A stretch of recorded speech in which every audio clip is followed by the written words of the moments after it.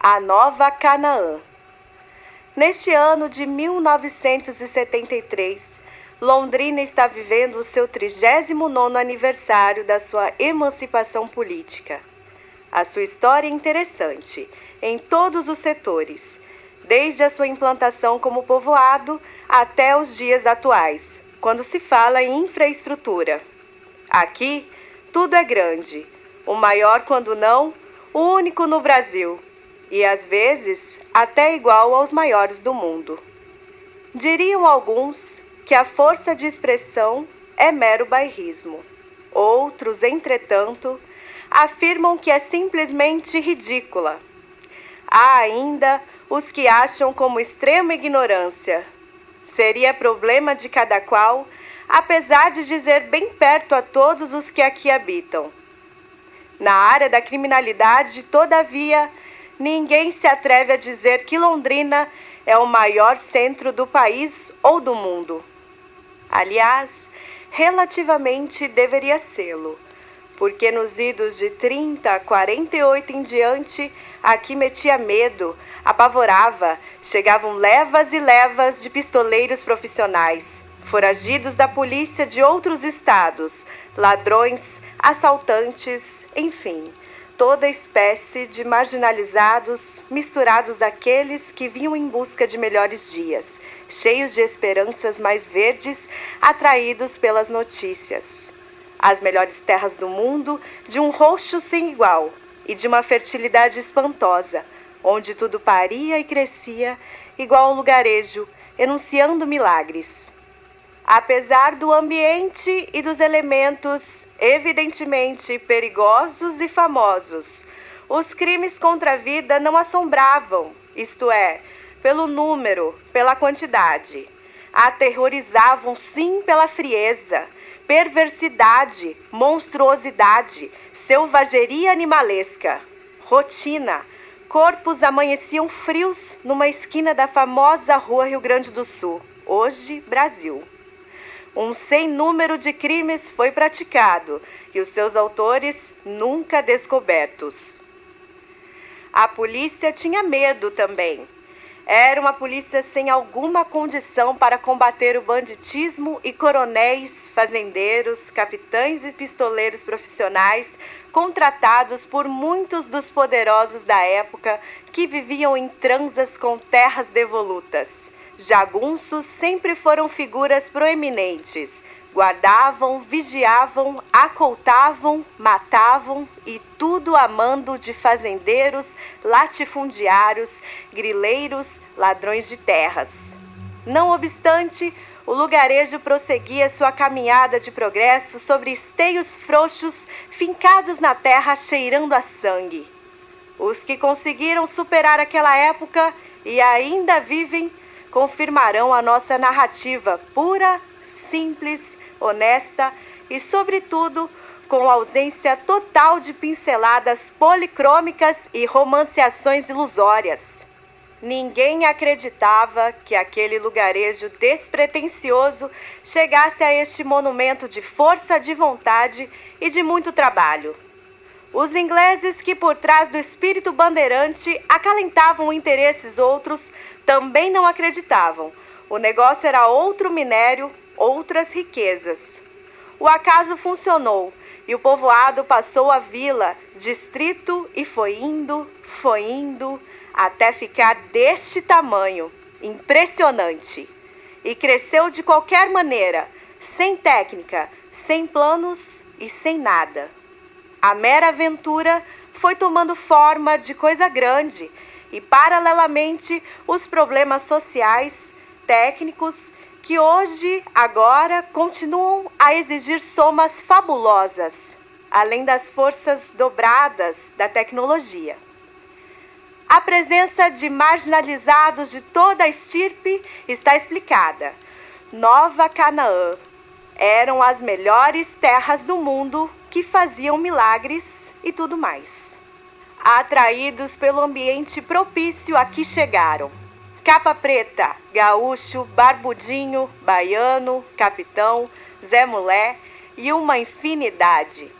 A polícia tinha receio, não os enfrentava. vivia com o rabo entre as pernas. Um ou outro soldado chegado de novo, desconhecendo o meio que se pretendesse cumprir com seu dever face a uma encrenca ou arruaça, era sempre recebido a bala. Muitos e muitos foram os tiroteios travados entre bandidos e policiais.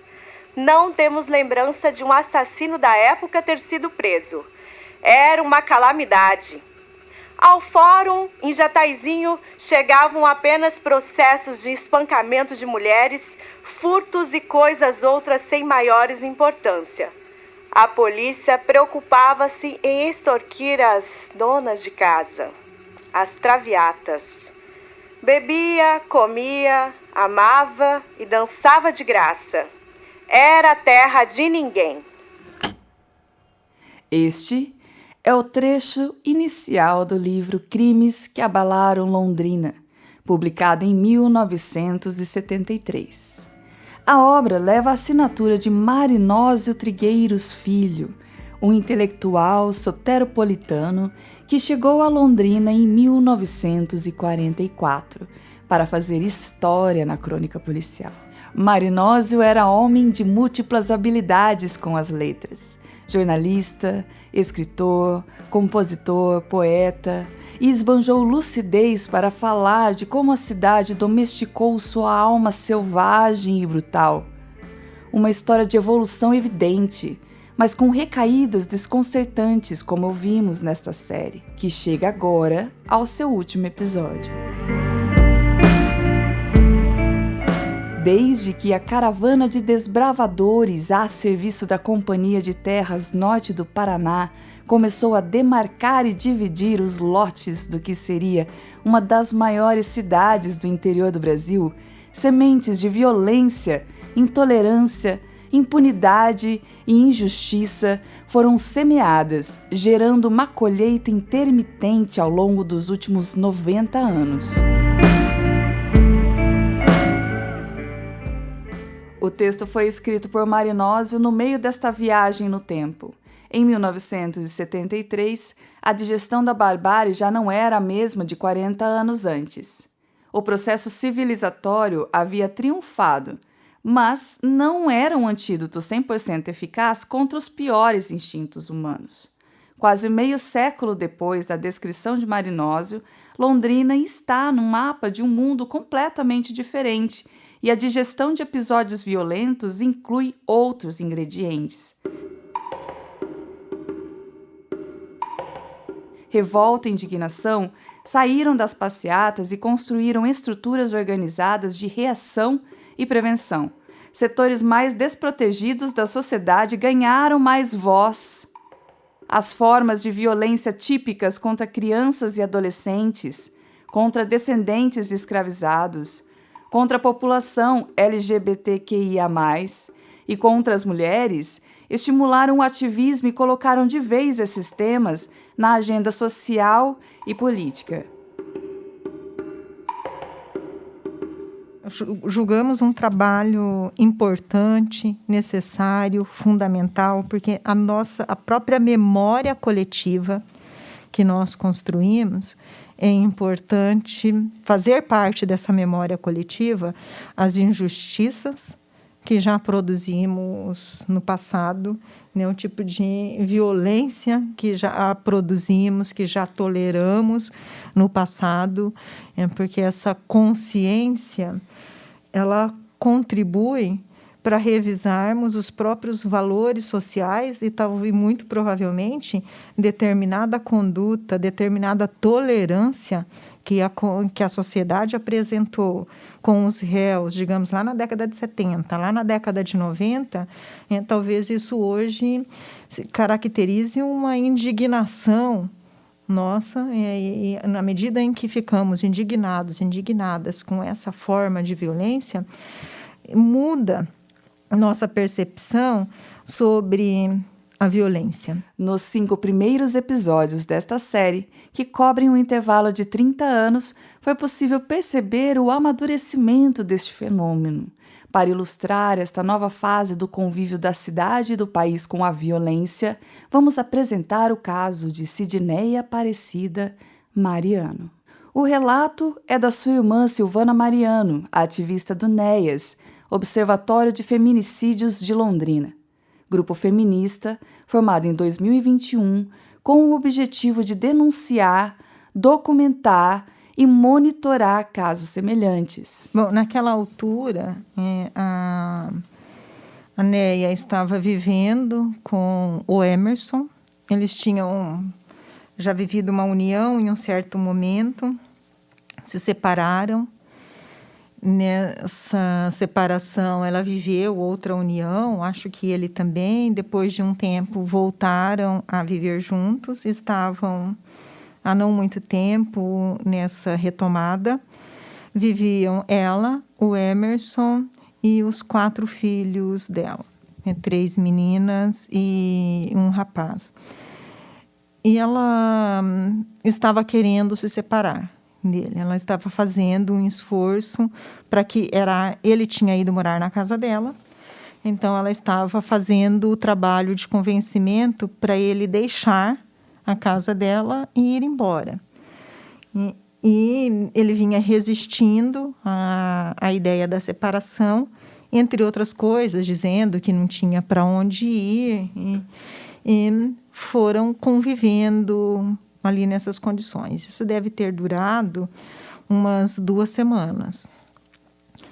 E naquele domingo, ele disse a ela que ela estava evitando de dormir em casa, inclusive, para evitar esse contato com ele, enquanto ele viabilizava sua mudança. Naquele domingo, ele disse a ela que tinha encontrado com um amigo um lugar para ficar e iria embora.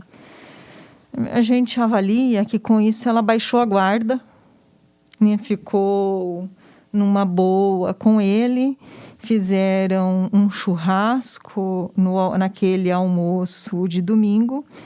No final do dia, saíram para ir comprar ingresso para a exposição, era período de exposição aqui em Londrina, 2019.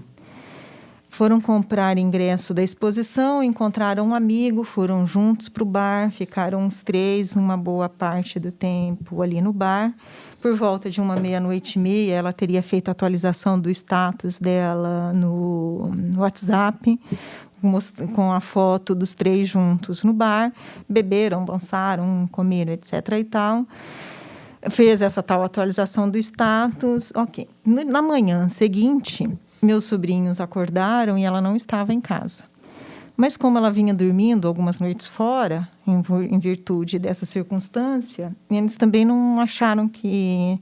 Isso não foi nenhum alerta. Ela não estava em casa, ele também não estava em casa, mas ele tinha dito que tinha arranjado uma nova casa com um amigo, né? Então, não houve alerta. As crianças se organizaram, foram para a escola. E, na metade da manhã, o meu sobrinho mais velho recebeu, então, um telefonema na escola, porque daí minha irmã já estava atendida no HU.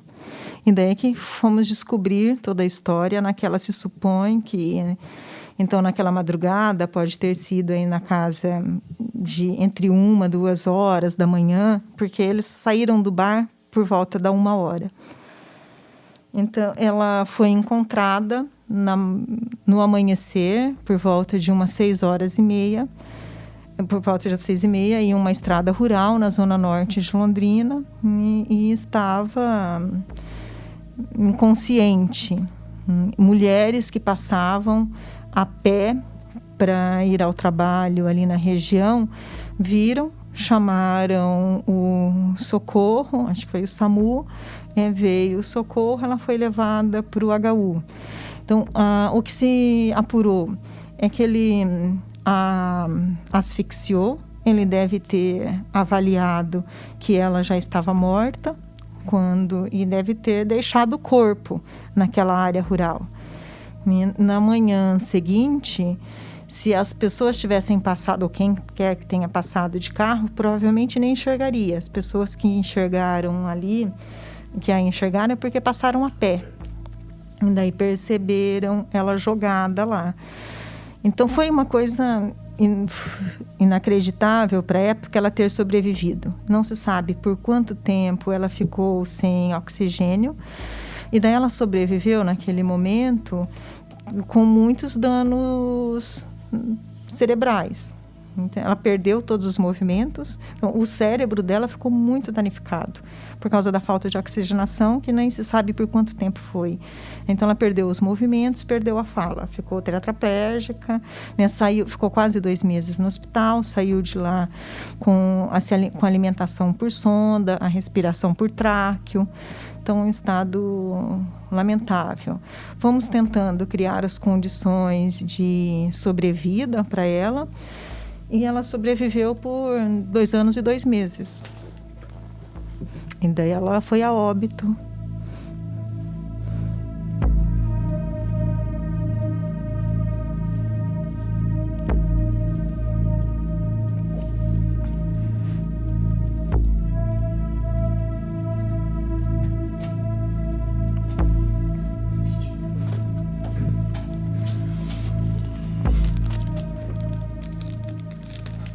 Então, ela foi a óbito no final de maio de 2021. O julgamento do feminicida dela tinha acontecido em fevereiro de 21. Então, ele, inclusive, ainda foi julgado por feminicídio tentado. Mas, talvez ela sobreviveu o tempo suficiente para ver e compreender a condenação dele, a punição dele.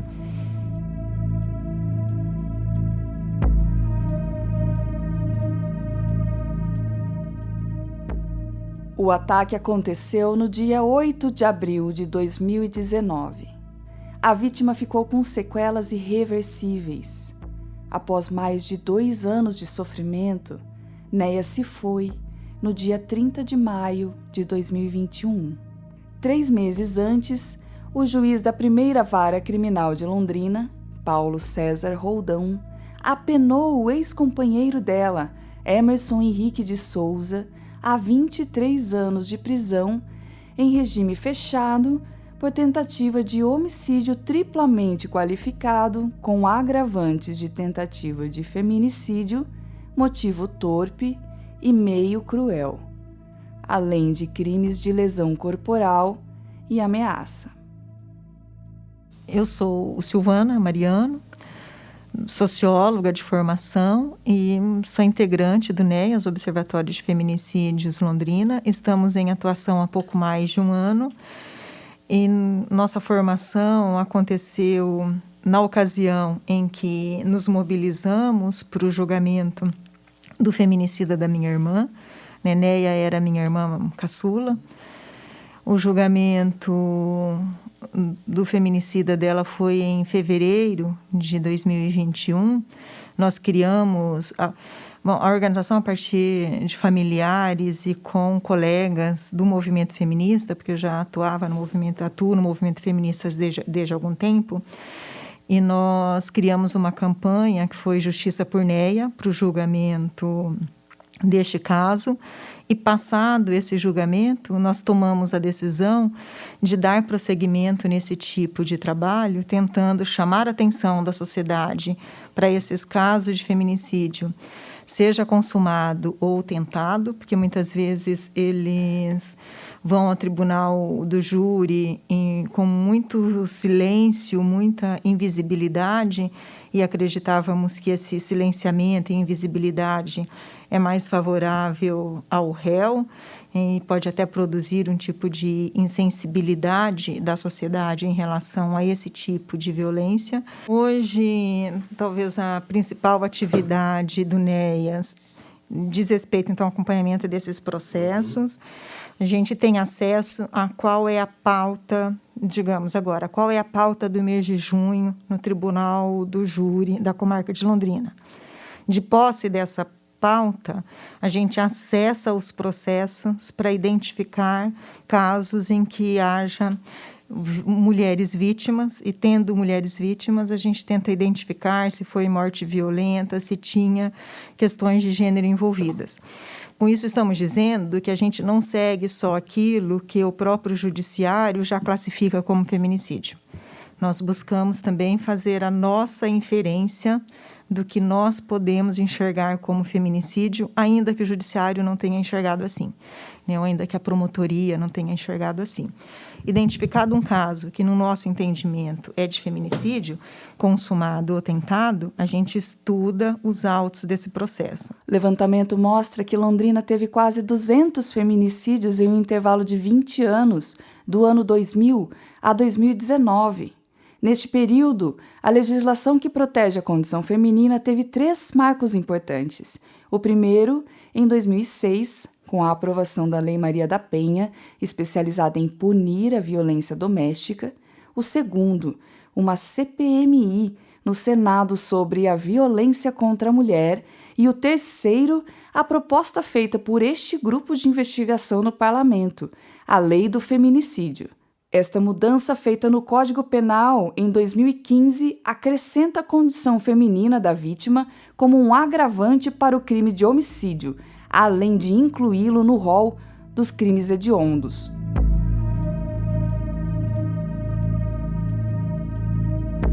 O caso de Sidneia comove muito além dos números, igualmente estarrecedores. De acordo com o trabalho feito pela Diretoria de Estudos e Políticas do Estado, das Instituições e da Democracia do IPEA, em parceria com o Fórum Brasileiro de Segurança Pública, 4.519 mulheres foram assassinadas no Brasil em 2018, a maioria por arma de fogo, um número 12% maior que o de 10 anos antes. Um estudo da Justiça Paranaense informa que entre 2015 e 2019, mais de 1.400 mulheres foram hospitalizadas no estado em consequência de agressões físicas e psicológicas. As ativistas do Observatório replicam uma abordagem contemporânea sobre esta realidade violenta, que guarda histórias comoventes, expostas com clareza e detalhes nos dramas de Fernanda, Cleonice, Estela, Amanda e Daniela. No site do Observatório, as militantes explicam quais são os preceitos de uma visão mais politizada sobre a violência. Nossas análises são elaboradas com base nos enfoques dos direitos humanos, com perspectiva feminista e orientadas pela abordagem da vitimologia, pela qual destacamos a situação da vítima e a consideramos como sujeito de direito e não objeto de prova. Seguindo os estándares internacionais sobre o tema, preocupamo-nos em analisar as condições do acesso à justiça, incluindo a devida diligência processual e a celeridade da justiça. Adicionalmente, refutamos qualquer forma de revitimização. Justiça quitada, falha. Não existe crime por paixão. Quem ama não mata. A culpa nunca é da vítima. Operamos ainda com o entendimento de que o Estado tem o dever de oferecer resposta à violência contra a mulher e de que essa resposta deve ser formulada em 3 âmbitos: prevenção, punição e restituição dos danos. Uma vez modificada e modernizada, a visão da opinião pública se volta também para a capacidade do Estado em dar respostas à altura deste novo patamar de compreensão e entendimento. A violência é cada vez menos encarada como uma expressão casual e isolada e agora é vista como um fenômeno ligado ao mecanismo social. Enfim, a realidade é uma máquina cujo funcionamento pode ser ajustado pelo comportamento dos cidadãos e do Estado.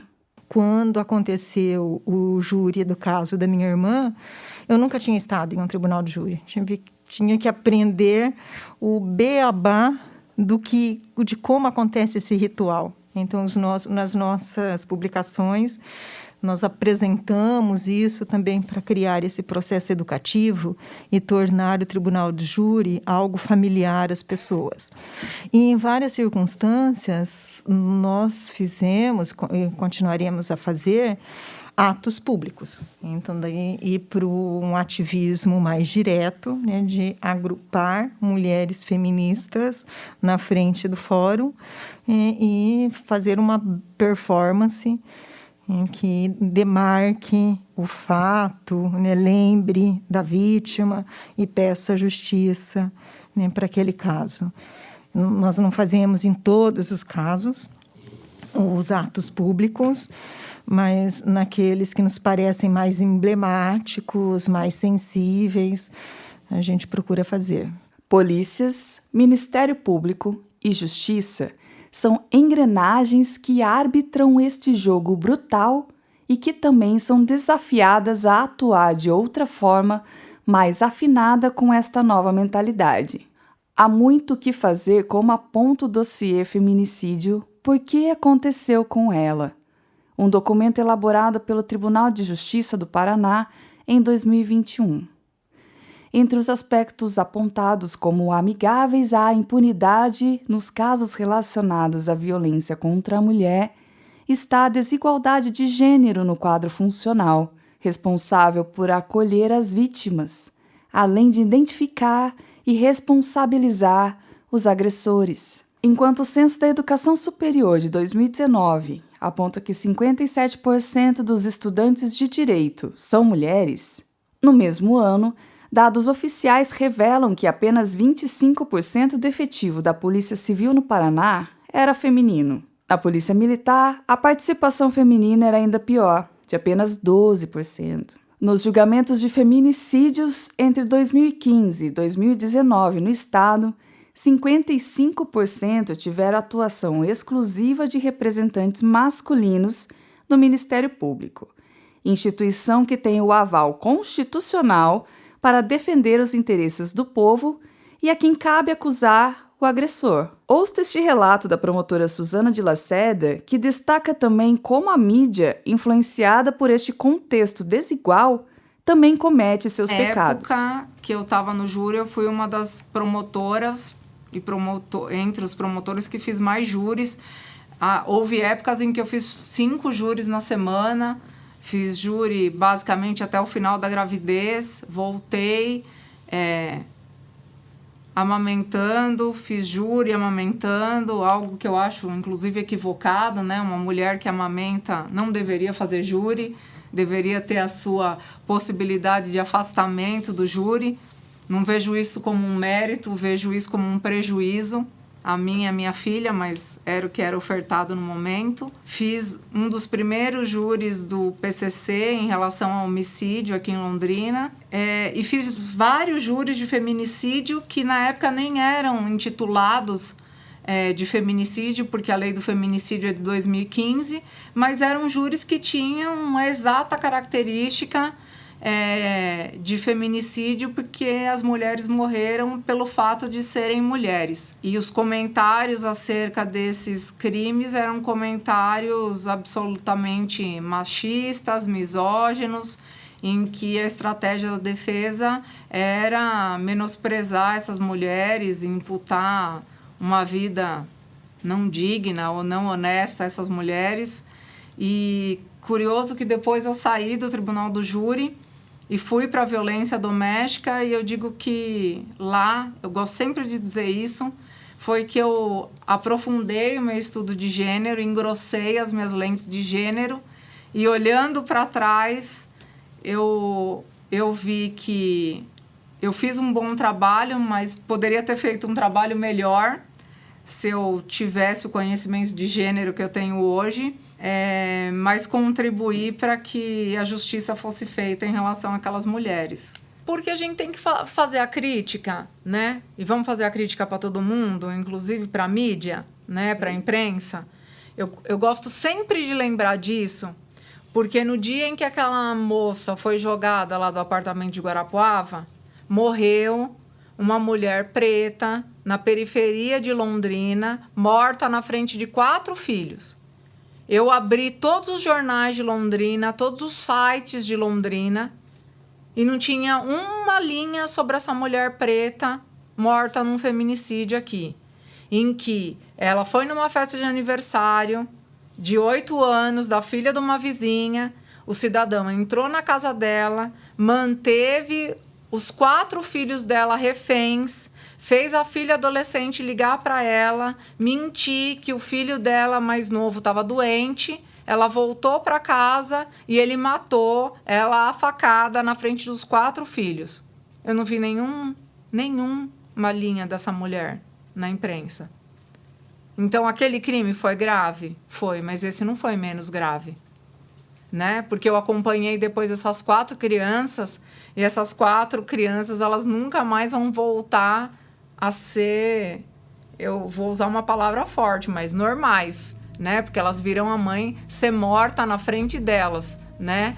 E o relato das crianças é de gritar para fazer a mãe ressuscitar, né?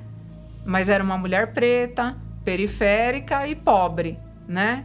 Provavelmente não bonita, né? Igual aquela que foi jogada da janela de Guarapuava. E nenhuma linha na imprensa.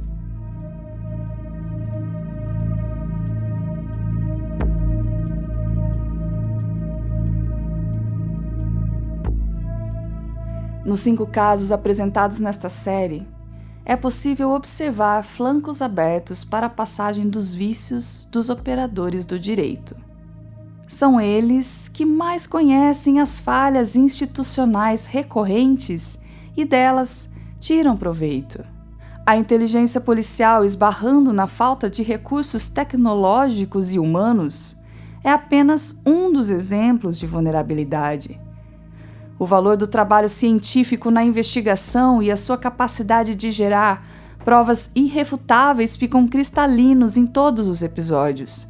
Eu diria que todos os envolvidos neste trabalho jornalístico estão convencidos de que é preciso apoiar e incentivar uma política pública permanente de fortalecimento da polícia científica.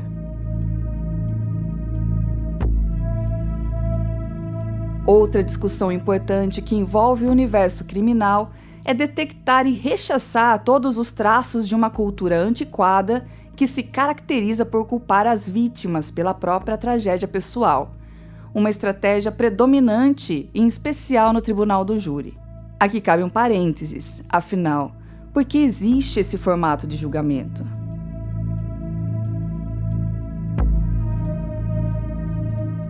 A advogada criminalista Melina Vilela Ferreira nos explica o que é o Tribunal do Júri e elaborou gentilmente o texto que será lido na sequência pela jornalista Fernanda Sirker.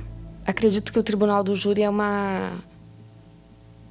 dá voz à população, para a população também estudar aquele crime, passar ali, às vezes um júri demora 2 a 3 dias, eles vão tentar compreender, a defesa vai expor os motivos dela, promotoria.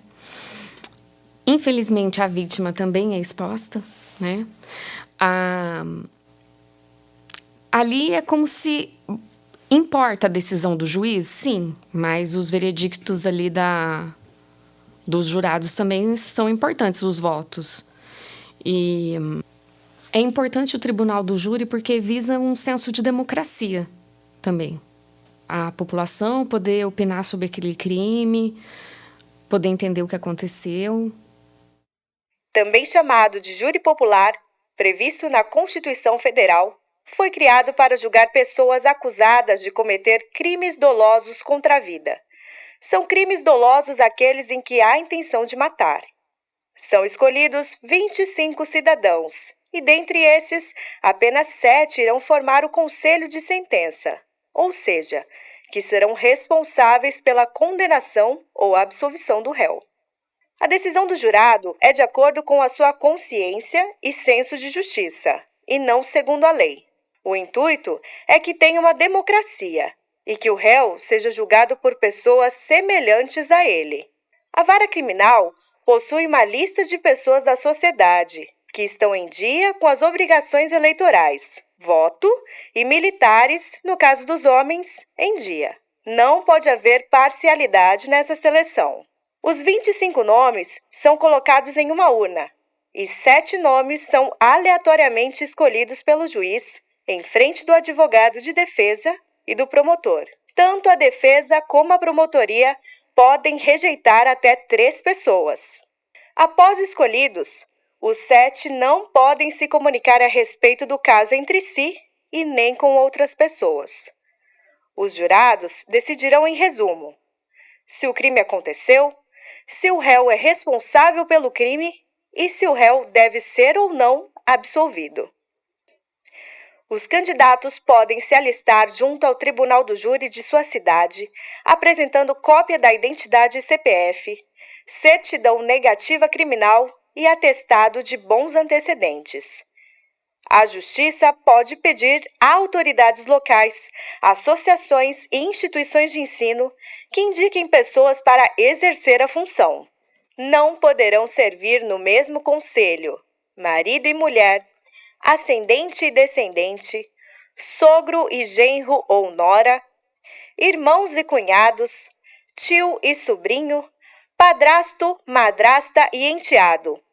Outro impedimento é em relação ao jurado que tiver manifestado prévia disposição para condenar ou absolver o condenado. A ação do Ministério Público, do Poder Judiciário, da própria advocacia. Quem é que alcança esses lugares, né? Hoje a gente já tem uma política de cotas étnico-raciais ou cotas outras mais robustas. Mas, via de regra, é uma determinada classe social, são os brancos, antigamente os homens, né? Os héteros, e está havendo uma mudança. E, com isso, há diversidade. E eu penso que, com a diversidade, a gente amplia os pontos de vista. No conselho de sentença, você tem uma diversidade maior do que você teria no judiciário, do que você teria no Ministério Público, do que você teria na advocacia, enfim. Mas você também tem uma limitação, porque quem é que pode perder um dia de trabalho? O autônomo não pode perder um dia de trabalho, porque se ele perder, ele não vai ser reembolsado. Uma pessoa que trabalha de empregada doméstica, a patroa não vai ficar contente se ela ficar 3 dias num julgamento do tribunal do júri, né? Uma enfermeira, por exemplo, que trabalha numa UTI, como é que ela vai ser jurada?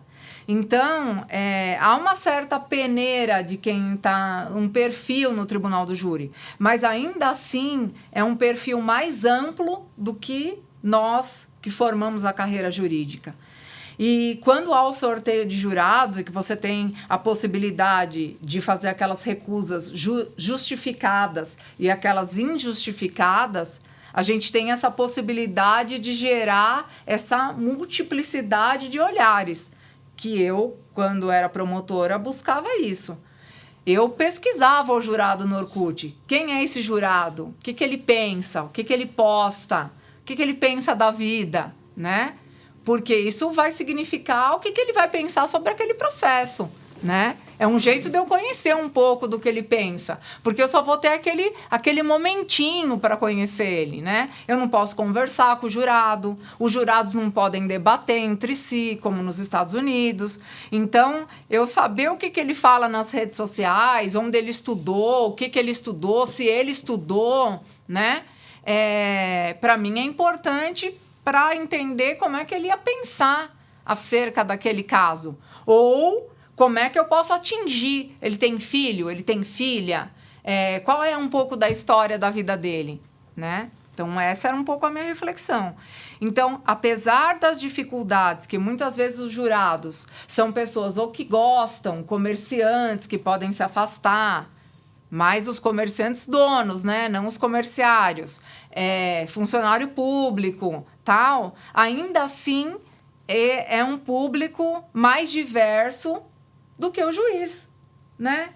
Que é aquele que teve a condição de estudar, de ser aprovado no concurso público. 10 anos atrás, eu olhava para o Ministério Público do Paraná, eu não via colegas negros. Eu não via colegas que entraram por cotas. Eu não via colegas gays. Hoje eu vejo colegas gays, hoje eu vejo colegas negros, hoje eu vejo a diversidade. Então, eu penso que o tribunal do júri, ele possibilita essa diversidade. E aí, o papel do operador do direito, na questão da prova técnica, é que a gente possibilite uma explicação coloquial e clara para que aquele jurado possa entender. Esse é o nosso papel. Se eu não fizer esse papel direito e o jurado não entender... Eu que não fiz o meu papel direito, não é o jurado que julgou mal. Eu é que não fui capaz de me expressar de uma maneira clara e objetiva para que aquele leigo, então, tivesse condições de apreciar aquele caso com tranquilidade. Eu que não fiz a minha lição de casa direito. Eu acho que esse é o grande desafio do júri.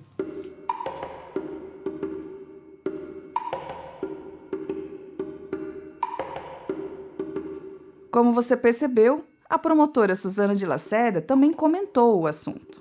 E apesar de sofrer diversas críticas, entre as mais comuns, sobre a escolha dos jurados e seu nível de discernimento, a instituição do Tribunal do Júri é, sim, um pilar do Estado democrático de direito.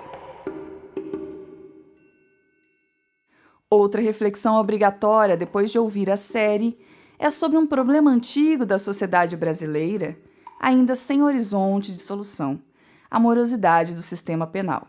O que é necessário para que a justiça criminal passe a trilhar o caminho da equidade e reduza as vantagens dos réus com poder econômico? Como combater a deturpação do conceito de ampla defesa que posterga as etapas do processo até que ele se aproxime ou atinja a prescrição? Quanto mais estas questões sejam debatidas, mais haverá espaço e chances de mudança. Ouça esse comentário do Procurador de Justiça Miguel Jorge Sogaiá. Nós temos, infelizmente, é a minha opinião, aí eu acho que até alguns juristas podem discordar, mas nós temos uma legislação muito leniente.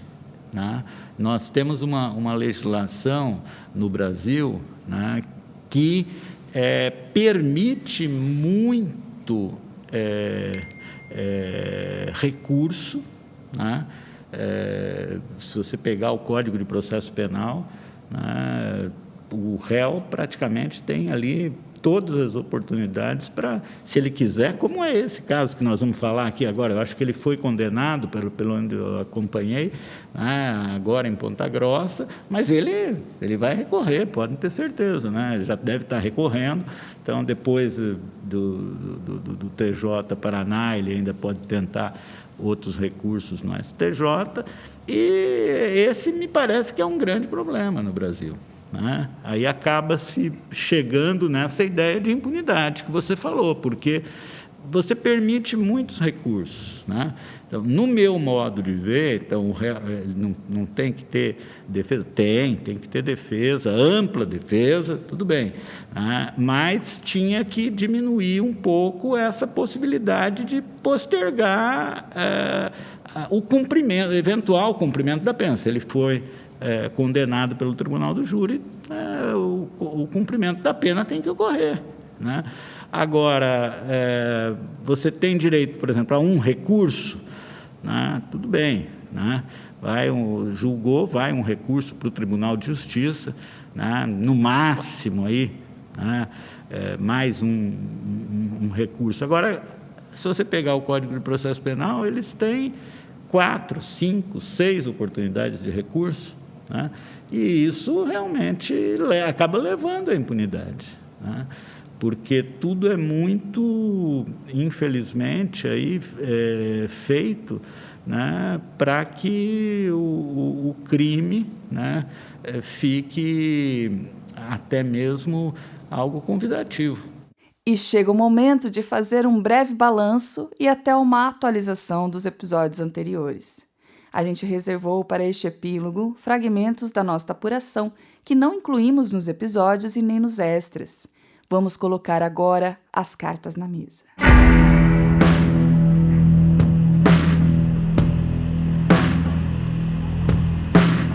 Antes da despedida desta série, vamos matar curiosidades e provocar outras. Vamos responder algumas perguntas? Talvez. Vamos deixar personagens que passaram pelos episódios serem revisitados? Certeza? Estão preparados? Vamos colocar a primeira carta na mesa, esta do baralho de O Crime do Triplex.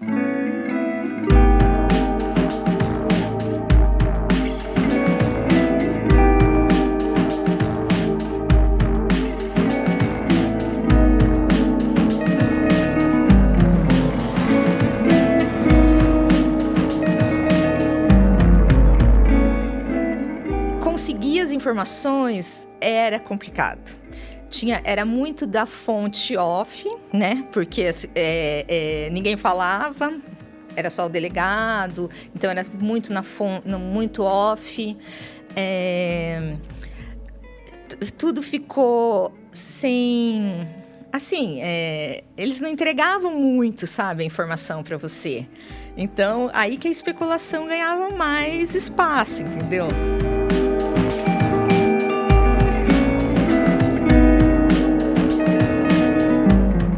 É uma sensação que eu não esqueço, assim, porque foi um furo muito importante. E a gente eu acredito que era em janeiro, né? Porque era calor, férias. E a gente sabia que a família da Wanda estava em Santa Catarina, né? Passando férias. E assim, aí é que tá, é sempre no off, né? Então, você sabia que tinha sido feito o exame de DNA, do material coletado nas unhas da Cleonice. Demorou, eu lembro assim, não sei quanto, mas demorou muito para esse exame ficar pronto. E aí, o que aconteceu? Num belo dia, o exame ficou pronto. Vai divulgar? Então você liga para a polícia. Vai divulgar? A gente sabe que o exame ficou pronto. Não, a gente não pode divulgar, não tem nada oficial, não tem nada oficial. E aí eu e uma colega minha, a Benê Bianchi, a gente ficou a tarde inteira em cima disso, sabe? Vai na delegacia. Eu lembro que eu fiquei um bom tempo na porta da sala do delegado para tentar conversar. Aí ele me recebeu, mas eu não tenho nada para falar, aí você vai embora. Então, assim, algumas fontes falavam, não, é a Wanda, outros falavam, não, é o Leonardo, sabe? Assim, poderia ser qualquer um.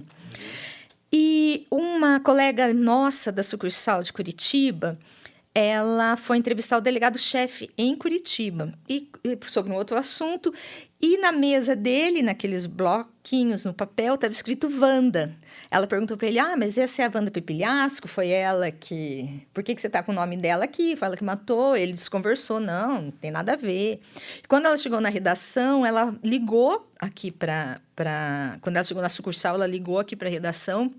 Eu que atendi, ela falou assim, olha, eu estava na sala do delegado, estava escrito Wanda, então só pode ser a Wanda, é a Wanda, vão atrás. Aí tentamos.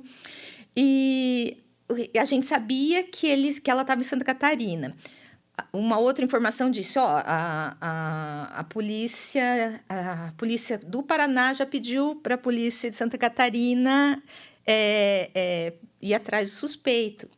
Aí, o que a gente fez? A gente ligou para a Polícia Rodoviária de Santa Catarina, de São Francisco do Sul, e a gente jogou um verde. E ele... aqui é da Folha de Londrina, tal. A gente queria saber se vocês receberam o pedido de prisão da Wanda Pepilhasco. Você confirma? Sim, confirma. A gente recebeu da Polícia do Paraná. E vocês estão procurando a Wanda? Estamos.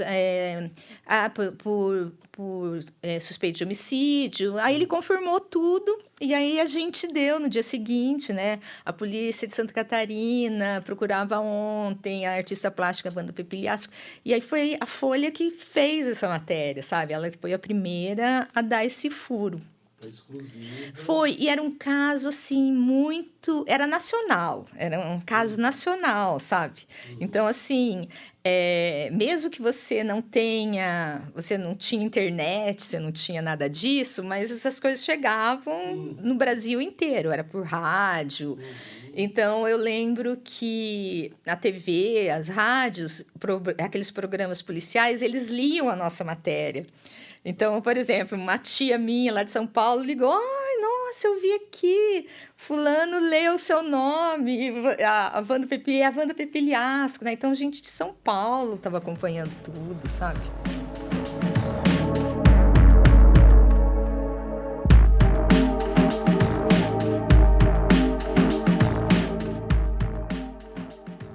Esta é a jornalista Adriana Decunto, chefe de redação da Folha de Londrina, relembrando seu célebre furo de reportagem no caso de Cleonice Rosa. Vamos colocar a segunda carta na mesa, esta do mesmo baralho. A Luzia, a gente teve um contato com ela num segundo momento, depois daquele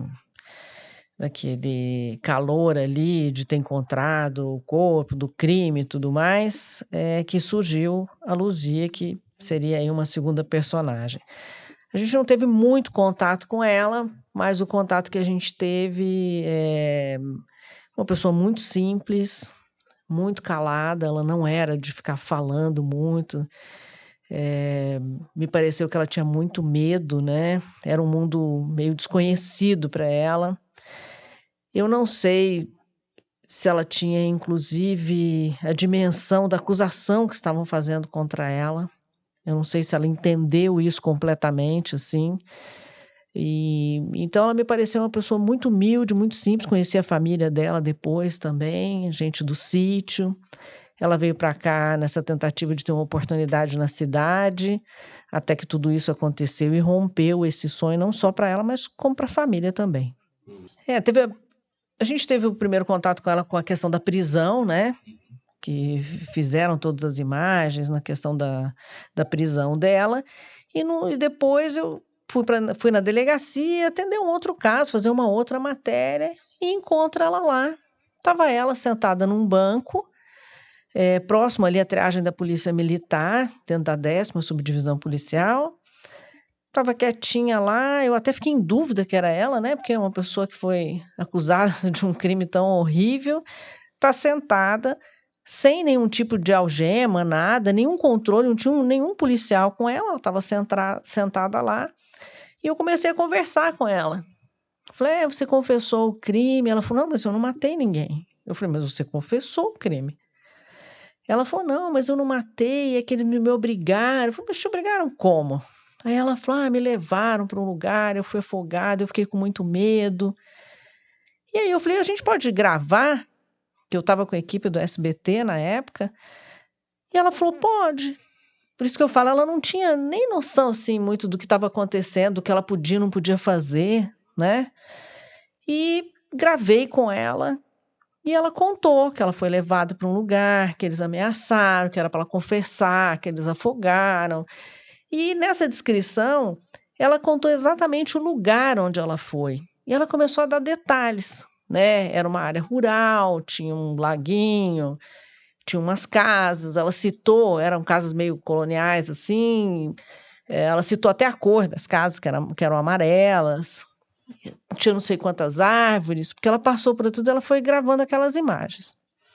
Quando terminou a entrevista, o Corujinha, que era um repórter de rádio, à época, o Corujinha falou assim, eu sei onde é esse lugar. Eu falei, bom, então se você sabe, nós vamos até lá, né? E ele topou na hora, e a gente foi. E quando chegou lá, era exatamente como ela tinha descrito.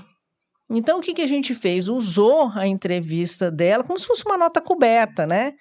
Então, ela ia descrevendo e aparecendo as imagens que eram muito fiéis ao que ela tinha falado. Então, a gente foi lá, viu o local, gravou as imagens e aí a gente soltou a matéria. Isso deu uma repercussão grande à época e depois disso ela foi inocentada, né? Não, realmente foi... Ela sofreu algumas pressões mesmo para confessar e ela não teria cometido crime. Depois que a Luzia foi solta, ela voltou para a casa dela, se não me engano é Barra dos França, uma coisa assim. E a gente chegou aí com a equipe lá, né? Conseguimos autorização da família e fizemos essa visita para conversar. Então eu entrevistei ela, o pai dela, ela quase não falou nada. Ela ainda estava muito traumatizada com a história. E o pai dela, muito revoltado, muito nervoso também, com muito medo. E ele falou assim: olha, a gente deixou, ela queria muito ir para a cidade, melhorar de vida, a gente achou que seria uma oportunidade, mas foi tudo ao contrário, né? Ele falou: eu não quero essa experiência nunca mais, ela não vai sair nunca mais aqui do sítio. Porque a gente não quer passar por nada disso, porque foi muito horrível, assim. E realmente, uma família muito simples, né? Não sei nem se eles tinham recursos para contratar um bom advogado, para fazer alguma coisa na defesa dela, né?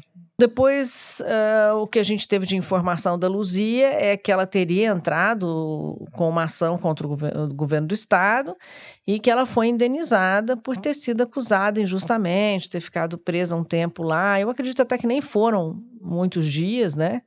Porque rapidamente isso já resolveu. Ela era uma moça muito simples, assim, aparentemente para nós leigos, assim, e que também convivíamos muito com polícia, com todas as investigações. Ela não tinha nenhum perfil de criminosa, não tinha atitude, ela era uma pessoa passiva, assim, não tinha nada que levasse a acreditar que ela poderia matar alguém, ainda mais naquelas circunstâncias de tanta violência, né?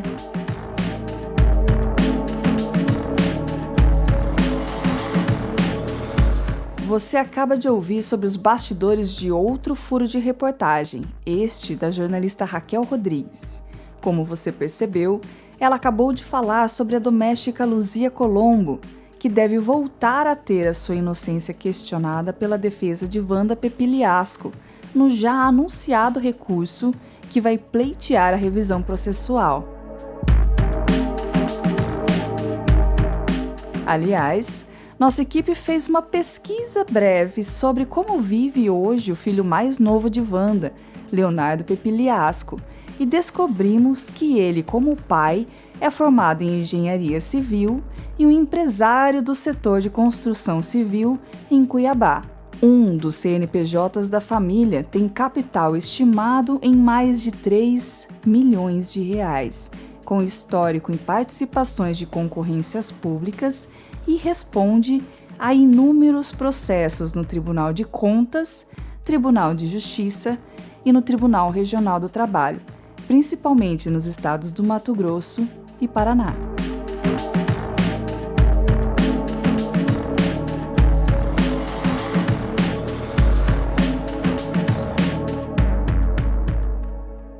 Vamos colocar a terceira carta na mesa? Esta é do episódio Fúria e Sangue no 12º andar.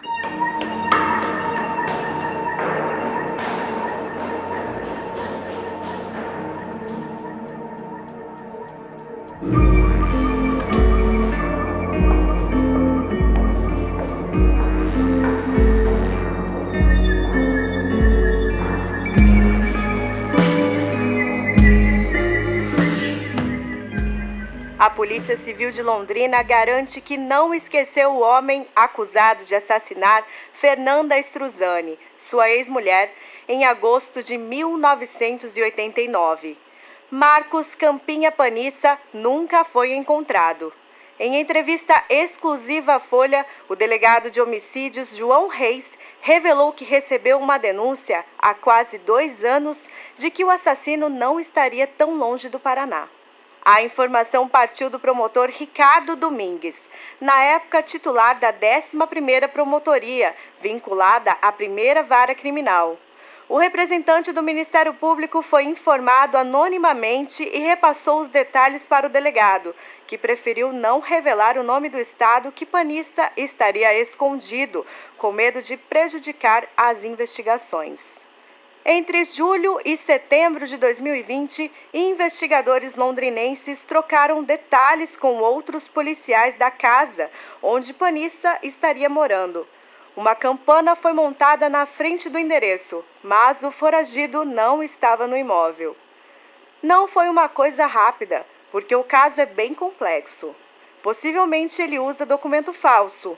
Também tem a questão da aparência, que está bem diferente da época do crime, comentou o delegado. Sem sucesso, a Polícia Civil não tentou localizá-lo novamente. Tivemos que recuar, porque não recebemos novas denúncias. A dificuldade é encontrar onde ele possa estar. Qual seria o último local que visitou, por exemplo? Não sabemos como o Panissa consegue se manter, se é sustentado por alguém, argumentou. O acusado estaria hoje com 53 anos. A pedido da Folha, o artista digital Idreleidial fez uma reconstituição do rosto de Panissa. A imagem pode ser decisiva para prendê-lo, até porque o mandado expedido pela Justiça continua aberto, informou João Reis. Denúncias podem ser feitas para a Delegacia de Homicídios pelo telefone 43 3329 1835, que também é o WhatsApp, e funciona 24 horas. O órgão fica na rua Dona Leopoldina 99, no bairro Aeroporto, região leste. Este texto do jornalista Rafael Machado foi publicado pela Folha de Londrina no dia 1º de junho de 2022. Como é possível perceber, Marcos Campinha Panissa, acusado de matar a ex-esposa Fernanda Struzani em agosto de 1989, continua foragido e sendo alvo eventual da Polícia Civil. As novas informações sobre o caso foram passadas espontaneamente pelos policiais após ouvirem o primeiro episódio da série. Sobre esta caçada, a promotora Suzana de Lacerda comentou que após a publicação do audiodocumentário, muitas informações foram passadas para o Ministério Público. Ela brinca que não descarta que algum dia alguém ligue dizendo que Marcos comprou uma passagem para Marte. Vamos colocar a quarta carta na mesa. Nessa época, né, não havia delegacia de homicídios em Londrina, né? Havia só um setor de homicídios, né? E trabalhava lá eu e o investigador Frank, né? E daí tinha um delegado e um escrivão, né? Tinha muitos crimes, né, de homicídios na cidade, né? E na época da investigação do crime da Amanda Rossi, né? Continuava acontecendo outros homicídios, né? E tinha semana que era 3, 4 homicídios e a gente continuava investigando, né, o crime da Amanda e tinha que dar uma solução para esses outros casos também, né? Era bastante dificuldade, né? E a gente trabalhava muito.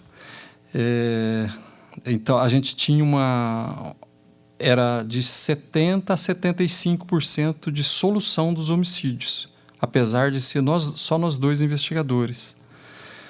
E a maioria dos homicídios era envolvimento com tráfico de drogas, como é até hoje, né? E esses com tráfico de drogas era um pouco mais rápido a solução, né? Que sempre já havia algum problema o cara perdeu a droga, vamos dizer assim, como eles dizem, né? Então a gente já ficava sabendo de alguma história e tinha bastante denúncia também, né? E como eu já disse em outra oportunidade, a polícia trabalha com informação, né?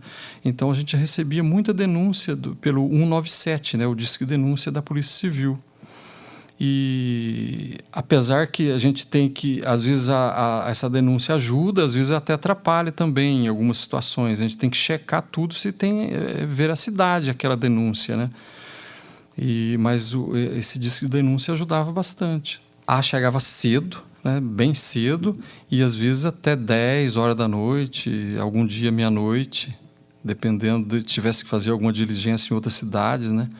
Então, era muitas horas trabalhadas. Infelizmente, a gente não tinha essa sorte, né? De como é nos filmes, né? Que eles trabalham só em vários policiais em um único caso, né? E só vai para um outro caso depois que resolve aquele, né? Nós tínhamos que trabalhar em vários casos ao mesmo tempo. Teve ano de ter, acho que 200 homicídios, né? 190, 170, era a média que tinha, né? Esses casos são tristes, né? Não que a gente tenha assim uma frieza, né? Mas já pelo tempo, né? Eu acho que com o tempo a gente consegue separar, né? Porque nós somos pai de família também, né? Nós temos filhos, né? Eu e os outros policiais, todos temos filhos, né? E tínhamos filhos pequenos naquela época, né? Então choca bastante esse tipo de caso, mas com o tempo, né, a gente consegue separar, né, e não levar isso para dentro de casa, né? A gente consegue segurar ali no serviço, vamos dizer assim, né?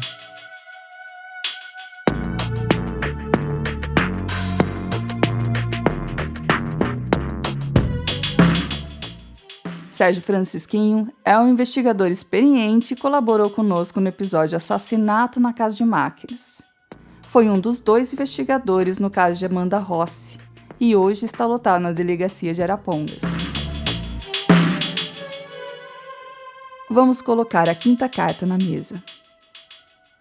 Eu vou responder o que, na época, um policial, que eu não vou identificá-lo, me procurou no final da manhã, na Feira Livre, nas proximidades da Feira Livre do centro, próximo ao cemitério São Pedro. Ele disse somente isso: Nicéia, se a gente revelar quem matou Amanda Rossi, cai até o secretário de segurança da época. Eu falei, mas como? Você não imagina. Eu falei, mas como foi, quem foi? Não vai conseguir provar isso? Ele falou, dificilmente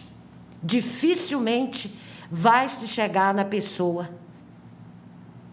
tá, que matou Amanda Rossi. E vou te falar mais. Derruba a polícia inteira de Londrina. Eu falei, então vai ficar sem solução? Não. Vai se chegar. Mas quem matou, a polícia não vai conseguir chegar em quem matou. Porque a repercussão vai ser uma bomba. Foi o que ele disse.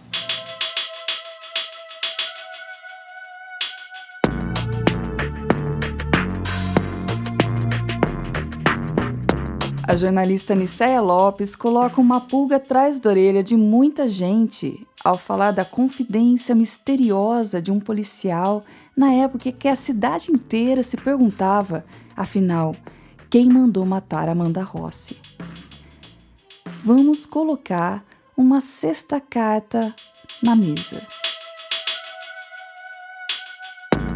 Seria muito perturbador para esta equipe se não colocássemos uma carta em alusão ao trabalho desta lenda viva da crônica policial com uma inigualável experiência, Nicéia Lopes.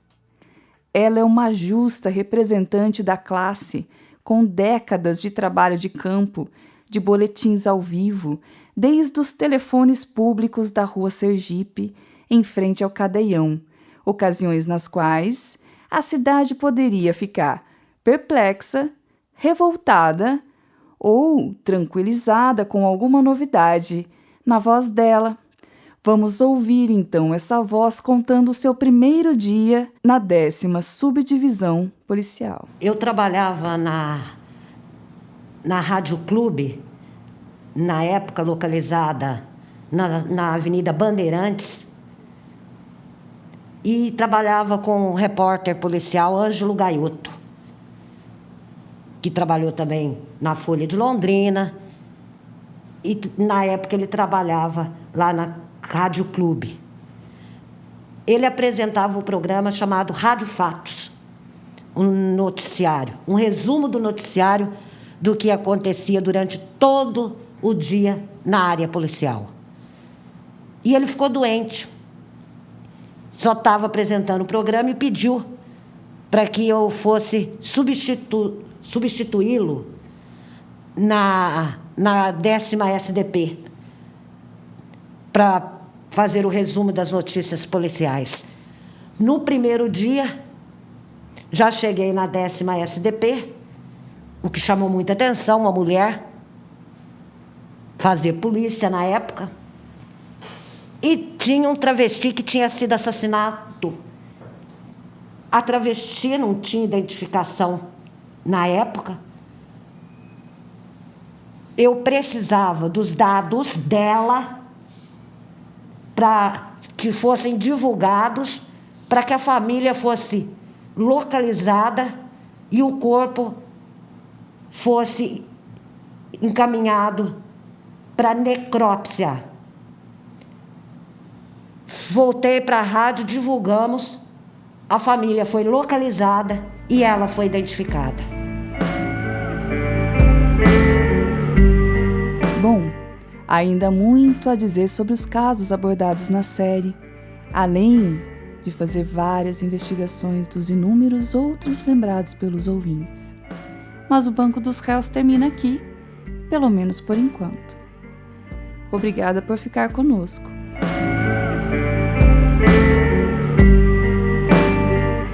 Esta reportagem foi realizada com informações de arquivos públicos, testemunhos pessoais, reportagens da Folha de Londrina, relatório do NEAS, Observatório de Feminicídios Londrina, e aqui vai um agradecimento especial à família Trigueiros pelo empréstimo generoso da primeira edição do livro Crimes que Abalaram Londrina, de Marinósio Filho.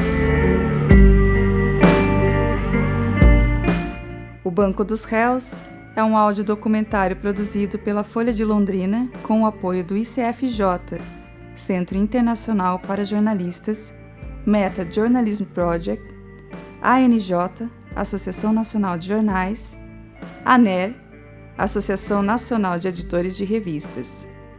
Para vocês não enjoarem da minha voz enquanto eu falo para vocês toda essa história, eu convidei aqui para narrar comigo a jornalista Fernanda Sirkia, que foi a voz que vocês escutaram na narração de todos os documentos e as notícias de jornais. Esse documentário foi produzido por uma equipe multiprofissional que vai da reportagem, à edição, da pesquisa, à documentação, do som ao impresso. A apresentação deste programa foi feita por mim, Patrícia Maria Alves, a locução é de Fernanda Sirkia, produção multimídia de Juliana Gonçalves, nosso entrevistador e roteirista é o Lúcio Flávio Moura, produtor de audiovisual Celso Felizardo, documentarista Vitor Ogawa, nossa coordenação do impresso está a cargo de Adriana Decunto, design de som é de Tiago Franzin, a identidade visual do Banco dos Réus é de Rafael Pereira Costa, nosso produtor é o Pedro Rosa, estagiária de produção e reportagem Ana Júlia Gabas. A pesquisa e documentação foi feita por uma equipe que tem Yuri Pereira, Lara Bride, Stephanie Zacchio, Alice Rezende e Vitor Struck.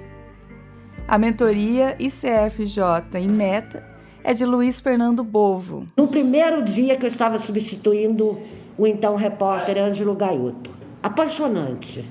Apaixonante porque ajudar, colaborar, porque por uma família é muito triste. E com a divulgação houve o quê? Houve a identificação. Então, um trabalho delicado, dedicado e que é uma prestação de serviço. Além que eu acredito que seja primordial o caráter humanitário, a disposição e a vontade de ajudar. O meu papel como repórter era entrevistar, apurar as notícias, verificar, comprovar, ouvir todos os envolvidos e divulgar e se ater apenas à notícia, o fato. Isso é jornalismo.